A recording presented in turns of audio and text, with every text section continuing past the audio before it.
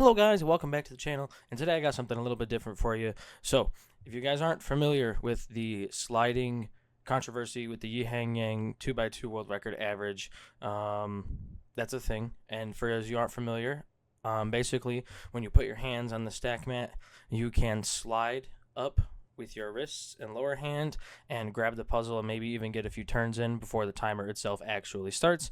And this is controversial because obviously that would be illegal against the rules. And so the controversy is that the WCA did not have a regulation that allowed them to use frame-by-frame analysis to decide if the solve was in fact invalid. And so for a few months here, we've had this controversy going on, and we've had some people that were very much against the fact that they weren't going to do anything about this. And finally, 2 days ago here, the WCA has released this rules and regulations update. And so I'd like to just go through this a little bit and talk about it. But before we get into it and get deep into it, if this kind of content interests you, please let me know in the comments below. And if you're enjoying what I'm putting out there, please consider subscribing. It really helps out the channel a lot.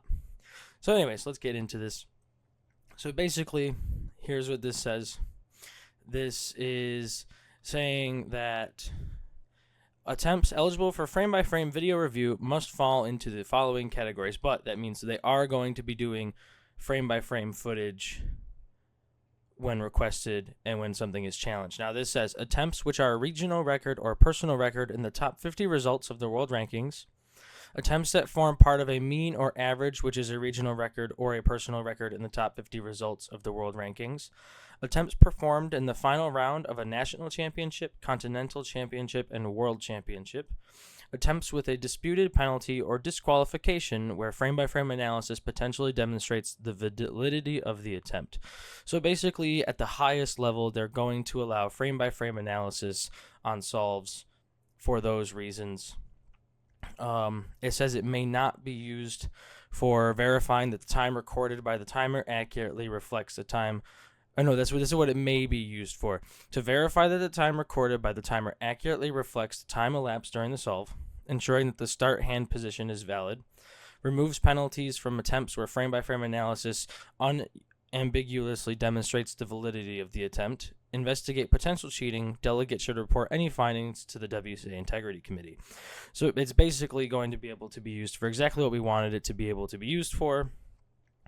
If we see, there's something wrong with a solve, or we think there was sliding or whatever, they can use frame-by-frame analysis in those before mentioned cases to decide if the solve is valid or not.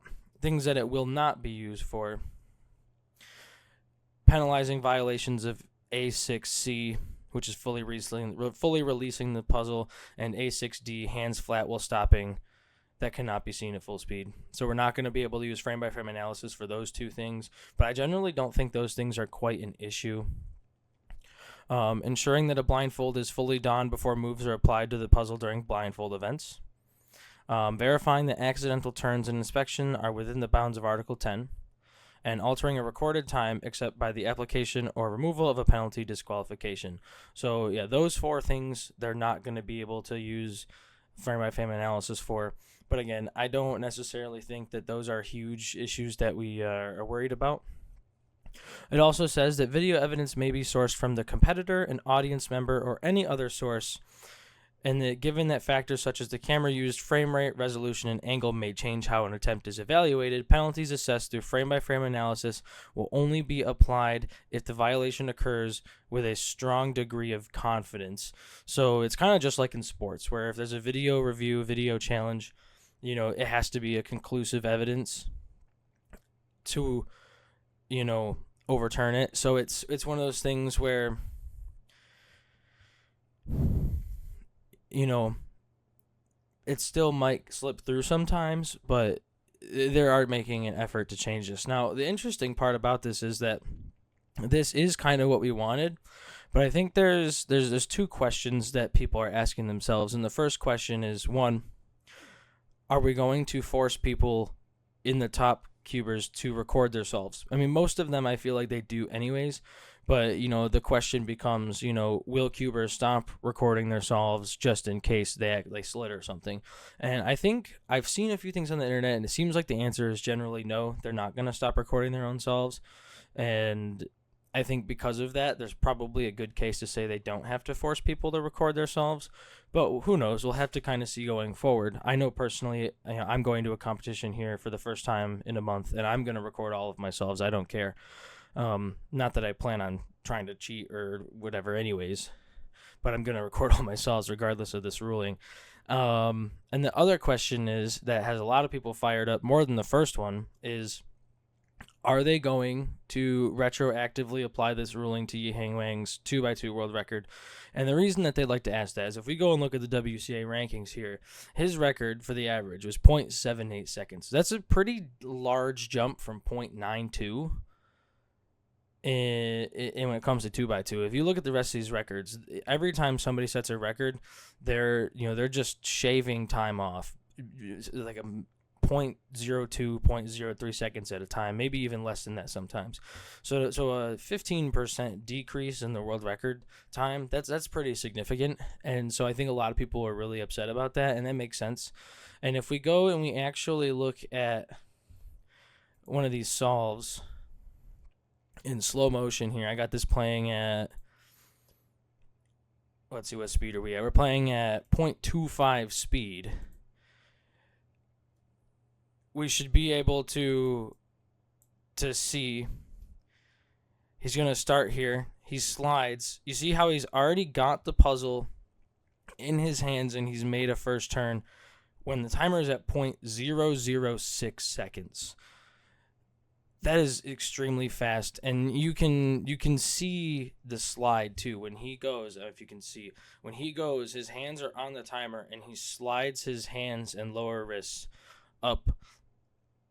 So they're still touching the timer, and that upsets a lot of people. Clearly it saves you time. I feel like the average pickup time when you go from the timer to the puzzle is going to be a little bit quicker or slower than 0.006 seconds. Not to say somebody couldn't actually do it that fast, but that is extremely fast.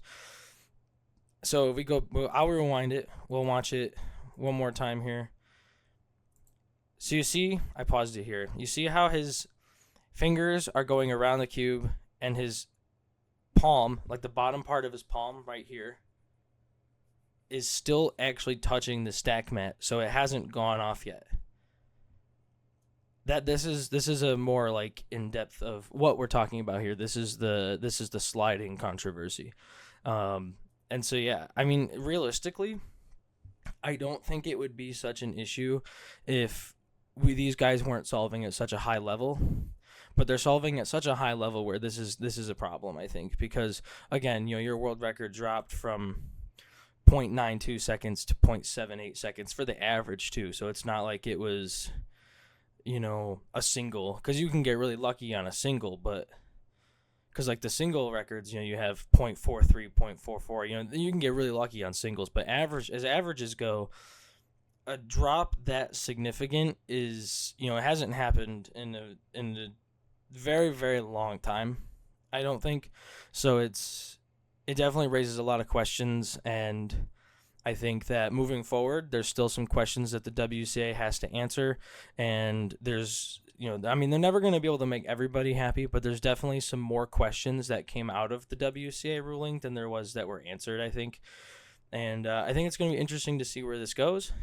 And yeah, so we'll see what happens, but I think at the end of the day, they are moving in the right direction to fix this, and we'll have to see. But let me know what you guys think in the comments down below about this, and I will see you guys in the next one. Peace.